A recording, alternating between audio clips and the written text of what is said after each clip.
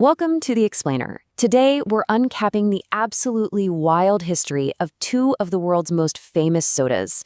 And believe me, it is a story that has it all. Addiction, total desperation, and a pretty shocking wartime twist that connects these two drinks forever. Okay, so this sounds like the setup for a really strange joke, doesn't it?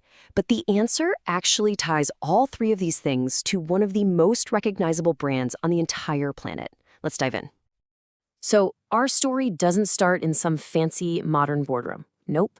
It starts back in a 19th century pharmacy with a Civil War veteran named John Pemberton, who was, and this is key, desperately trying to cure his own pretty serious addiction. See, Pemberton had gotten addicted to morphine after being wounded in the war. And to fight that, he created this potent elixir as an alternative. And in Atlanta, it was a massive hit. It was marketed for its, let's just call it vitality. His original formula, this mix of wine and, yes, coca leaf extract, was a real success. But a huge legal change was right around the corner, and it was about to change everything for him, and honestly, for the rest of the world. Right, so in 1886, Georgia passed prohibition laws. Literally overnight, Pemberton's super popular alcoholic tonic was made completely illegal. He had to pivot, and he had to do it like yesterday.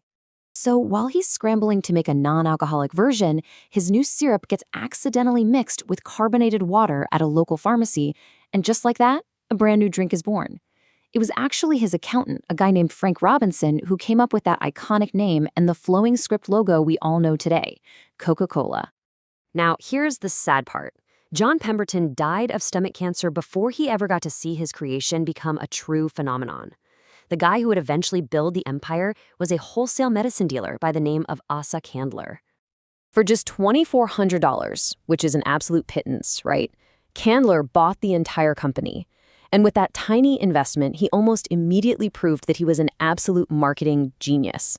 Candler's system was built for explosive growth, and it's a playbook that brands still copy today. Give out free samples to get people hooked, slap your brand on absolutely everything so it's inescapable, and then create a bottling system that lets you scale across the whole country, which they did by 1895. To fight off this whole army of copycat colas, the company commissioned a bottle so unique, so distinct, that you could recognize it by feel in the dark, or even if it was smashed into pieces on the ground. I mean, that just shows you how committed they were to iconic branding right from the start.